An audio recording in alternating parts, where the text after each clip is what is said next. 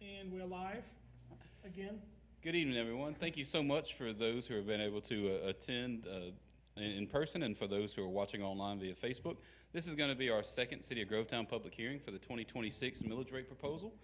We will have one more on Monday, July 13th at 10 a.m., followed by our council meeting that evening where we will formally vote to adopt the upcoming 2026 millage rate. So as we move forward, I'm going to go over the agenda. David, did you click on? Oh, there we go. So for the agenda day this evening, we're going to be going over what the proposal is for the upcoming 2026 millage rate. Then we're going to go over the general fund, talk about where the revenues for the city come from, and then what are property taxes used for.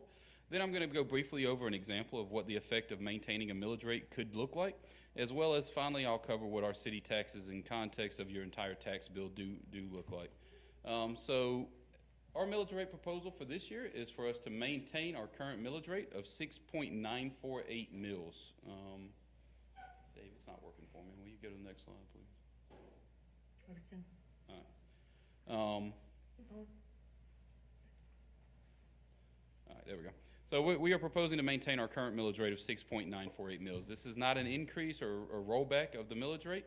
And the reason why we're asking to do this for this year is because we are continuing to experience growth here in the city of Grovetown. As many of you may know, those who live here and work here in Grovetown has seen continued growth. Since the year 2000, we've nearly tripled in population. And that is one thing that we're trying to manage. So we're asking to maintain those 6.948 mills. Another thing that we're trying to do is be able to stay competitive with the workforce today. Salaries are going up pretty much around the area, and we want to be able to compete with those with the services that we provide. And then, of course, the last reason we're asking to maintain this millage rate is for the service delivery cost itself. All of us have seen increase in costs. That is not something that the city is immune to. Things that we were purchasing 2-3 years ago, of course, have increased in price, and we want to try and maintain the current level of service that we provide to our citizens. So, where do our property taxes come from? I mean, where does our revenues come from in the general fund? And then, of course, what are they used for? So our property taxes account for approximately 29% of the total general fund revenues. As you will note on this slide here, there's some other options there. You're going to see the local option sales tax, which accounts for about 27%. Other taxes and fees is 22%. In those other taxes, you're going to see alcohol tax, excise tax, financial institution tax, franchise, and insurance premiums tax. One of the other fees that you're going to see is our garbage fees. All of the citizens of Grovetown pay each month to receive one can for service that is picked up once a week, as well as bulk waste items. You're going to see LMIG accounts for about 1%. Our fines and forfeitures, which would be our police fines and fees, account for about 2% of our annual budget. License fees and permits, that's going to be coming from our planning and development related to new construction or any kind of building permits that need to be addressed. And then lastly, miscellaneous. Miscellaneous is going to include some interest, and then we do get some small grants and donations each year for public safety and recreation. So all of these revenues combine to fund all of the departments that are in our general fund. That is going to be our police and fire, underneath public safety, our streets and sanitation, facilities maintenance, vehicle maintenance, and then we have recreation, our municipal court, and then administration. So this next slide here is just the same information. It's just going to show it in a different format. I wanted to put it in a pie chart just so it's a little bit easier to kind of visualize exactly where our revenues are coming from. And you'll know that, again, this is the exact same information from the previous slide. Our total estimated revenues for the upcoming budget year are $16,055,750. And then again, the breakdown is based off of these percentages. So, what services do we provide with our property taxes? Well, we've got police protection and fire. That also includes our medical response. You're going to see road maintenance. That also includes right-of-way maintenance with the grass cutting and litter removal. You've got curbside rough trash, and again, the grass clippings pickup that we do. It also includes street lights.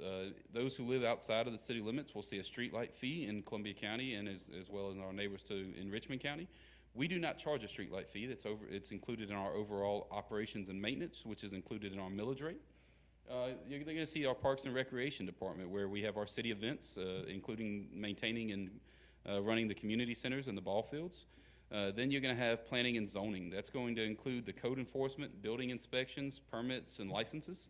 And then again, I know we've already talked about the municipal court, as well as other building permits, plan reviews. So, what would be the effect of maintaining the millage rate? So this one here is just an estimated fair market value of the average home here in Grovetown. So we're going to assume that the estimated fair value of this home is $250,000. So that's your appraised value of this home. So then we're going to take 40% of that to calculate as an assessed value. Well, 40% of $250,000 is $100,000.